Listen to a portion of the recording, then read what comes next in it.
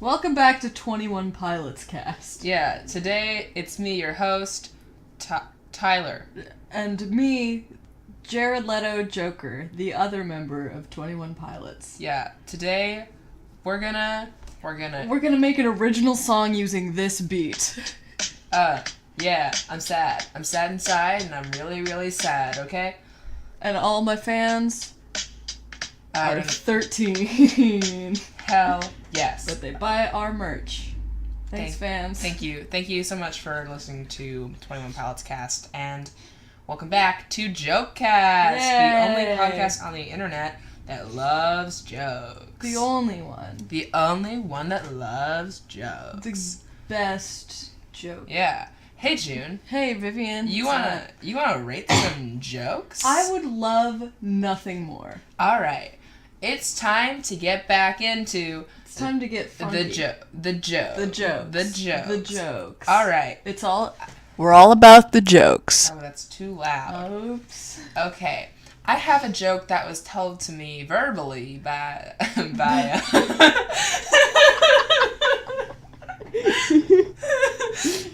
I have a joke that was told to me verbally by our friend's friend of a friend.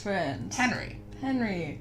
Oh, love Henry. Yeah. We love Henry. So have you heard about that new movie Constipation? No. Well, it hasn't come out yet. Oh my god. Yeah, I know. Henry is a wizard. He is a wizard of comedy. A joke wizard. Yeah. So, thank you so much, Henry. Thank you, Henry. And thank you for being so patient with us. I know you told it to us months ago, but it's just been really accumulating in my mind. And now there's a lot to think about. Yeah.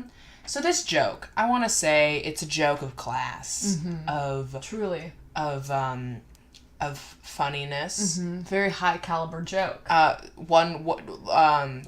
It hasn't come out. 5 words mean 2 things. That's a whole lot of things for a small number of words, right?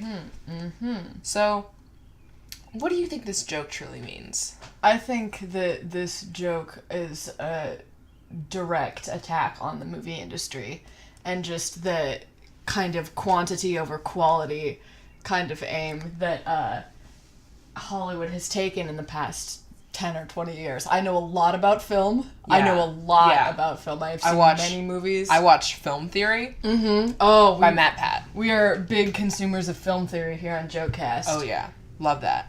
Love that. Love film theory. Love Matt Pat. Yeah. Love Matt Pat. He's going to be a father. What? I told you this before.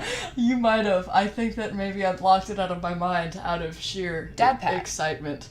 Dad Pat. We love Dad Pat. Yeah.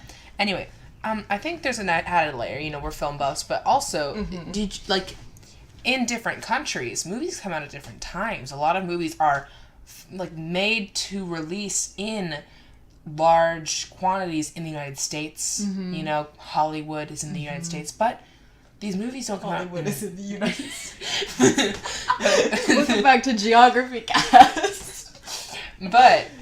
they don't come out at the same time in other countries, maybe because of censorship laws, maybe because it takes a really long time to load a DVD and in the mail, and you pack it with the bubble wrap, and then you put it in the priority mail, and then the mailman just loses it, and you don't get it in any theater. Also, European DVD players, very slow. Takes a lot of time to get the DVD in. It's a whole system. It's weird. Trust, we know. We know everything. Yeah. I've been to Europe so many times. Yeah, so I think this joke is commenting on that. Don't you agree? I would agree, yes. Because it's saying, first of all, it is saying that it's, joke. It's a joke. It is a joke. And then... First and foremost, it is a joke. And then it also has this deep, insightful commentary on both how long it takes to make movies, and how long it takes to ship movies, and... Film theory. Yeah. Starring Dad Pat. Yeah. As a joke on its own. How do you feel about it? I mean, I would give it a 3 or a 4 Garfields out of 5. Are you sure? I think so. I think it's pretty strong. I think the insightful commentary on the political climate and geopolitical climate is very and how long it takes to ship movies. Things. Yeah. Yeah, I'll pitch in my vote. I'll give it a 3. So we can agree that it gets a 3. All right, yeah, 3. Yeah, a 3. All right, yeah. Yeah. Yeah. You a know, 3. a 3. A 3. The third number. It's fine. It's fine. Yeah. Well, thank you so much, Henry. Thank you, Henry.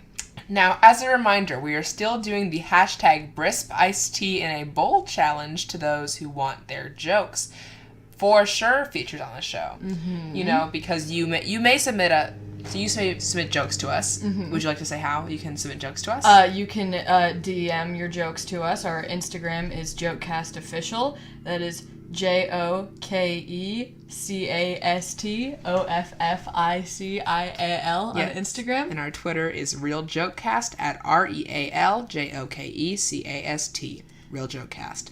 Anyway, so you can DM your jokes to us there, and we will rate them. Maybe. Eventually. But we get millions of submissions per day. It's a lot. Literally millions. Yeah.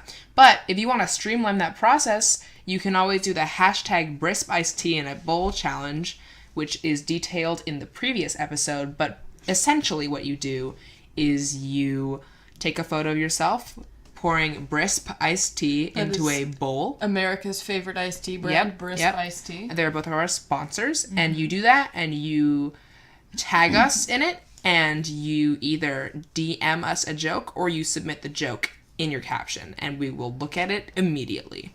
Yes. Anyway, sorry for the plug, but we want you to have better opportunities to have your voice heard. We love our audience, and we want you guys to submit your jokes, however funny or usually unfunny they may be. Yeah. Speaking of unfunny, this one's from Audrey. Mm-hmm. It says, "Don't trust atoms." Why? You know why? Why? Because they make up everything. Now, this joke is how you say Big Bang Theory quality. They would tell it on Big Bang Theory. And it's just, honestly, comedy. I mean, you know? It's disappointing. It truly is. It's a Sheldon Cooper caliber joke. It's called an SCC. We don't fucking like nerds on this podcast. This is not a podcast for nerds. This is a podcast. This is a cool podcast. Comedians. If you've heard that this is a podcast for nerds, it is not. This is a podcast for cool people exclusively. Cool comedians. Cool anyway, comedians. Well, we're thankful to Audrey for submitting us this joke. We just feel as if this joke is of a Sheldon Cooper variety. It really is. Like, you ever seen Space? You know about atoms. Atoms are in space. But they're not on Earth. There's no atoms on Earth. There's no science to prove that there have ever been any atoms on Earth. Yeah, we've got like trees and water maybe, but like isn't that kind of to the detriment of the joke then? Because if they make up everything but they don't make up anything on Earth?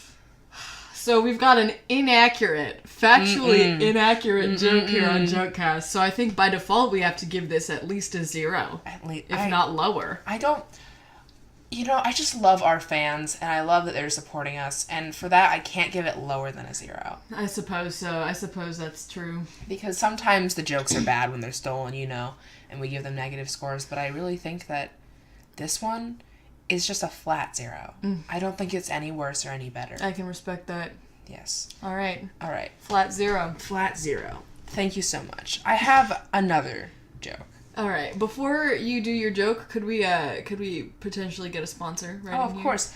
This next joke is brought to you by our sponsor on the whole podcast. Jokecast this week is sponsored by Mickey's Dick Smasher. Mickey's Dick Smasher.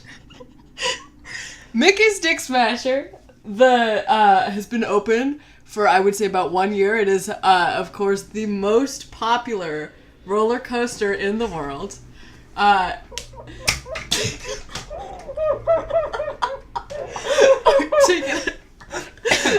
Mickey's Dick Smasher.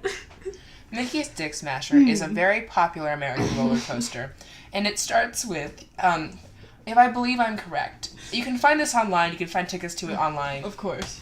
We'll have to Google it. Link is not in the description. But essentially, there are two roller coaster cars. Yes. On opposite ends of a track that slopes down and inward. Yes, like a parabola. Like a parabola. A parabola that flattens out a bit at the top for the cars to be reset.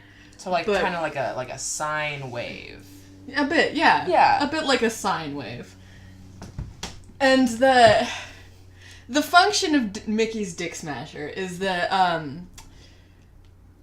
Ryder, I suppose, would stand at the very bottom of this sort of parabola shape and have their dick smashed by the colliding roller coaster cars. Yes. And they have chosen to sponsor our podcast. Thank you so much. Thank you so much to Mickey's Dick Smasher. I have to say, my experience with Mickey's Dick Smasher has been phenomenal. I really got what I wanted. That's fantastic. That is just wonderful to hear. I myself have never personally experienced the Dick Smasher, but I know that with all of our new sponsorship money, I can take a trip for myself down to the Dick Smasher and have my own dick smashed. And that would not be possible for me without Dick Smasher sponsoring our podcast. So thank you so much. Yes, thank you so much. Anyway, on to the next joke. Our next joke, I think we should really, really just focus our energy to this one, okay? Okay. Okay. Why did the Invisible Man turn down the job offer? Tell me why. Because he couldn't see himself doing it.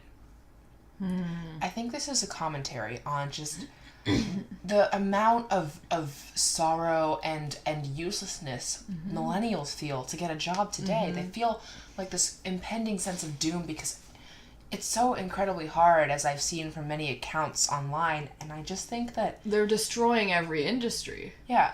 And of course, invisible is metaphoric. It means invisible in society. Right? Millennials' rates of depression are higher than almost any other generation we've ever seen, and it just keeps increasing. Yeah. While we are Gen Z, we're very old and mature, and we know these things. We do know these things. Yes. I am 17, and I have a very large scope of the world. We have big brains.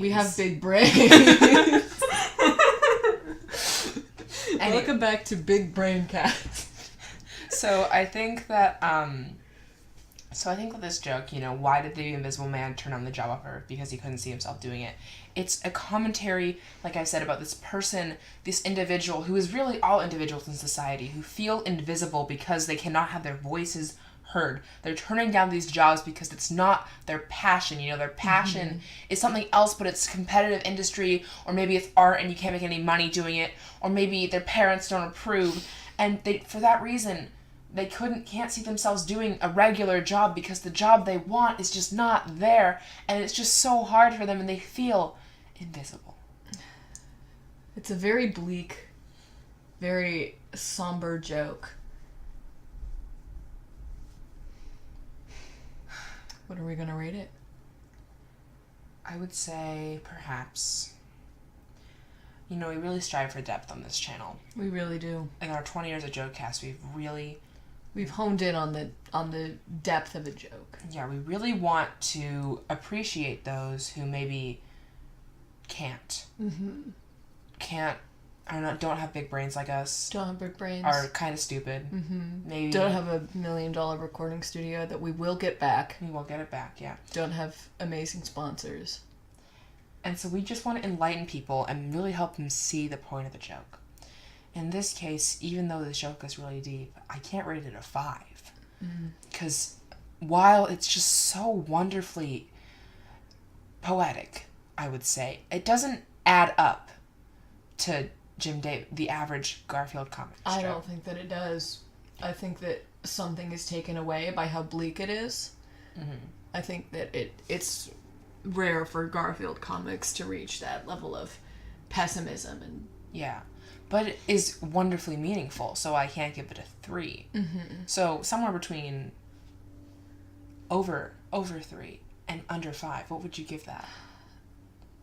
Who's to say? I think we'll have to give this a solid 3 to 5.